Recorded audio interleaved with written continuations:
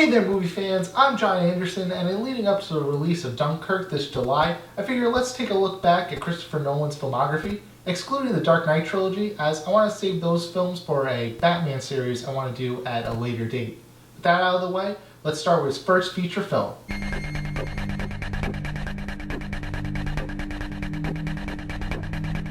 Following is, as Nolan describes it, a no-budget film.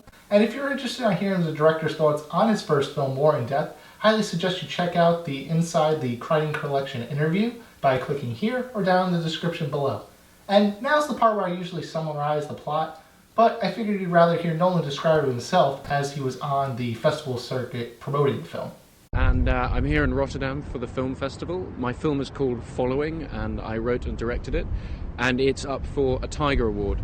The film is a psychological thriller about a young man who wants to be a writer, who starts picking people at random from the crowd and following them to see where they go and what they get up to.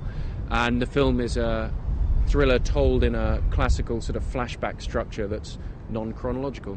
As you know, the film is non-chronological, which has become a signature of majority of his films, and it's done in such a clever way that you're never strictly told that this is the story structure, but you figure it out via visual cues, whether that be a prop, location, or the facial features of a character.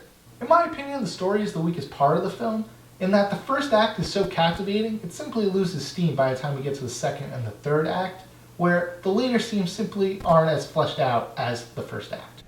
It was supposed to just be completely random. And when it stopped being random, that's when it started to go wrong.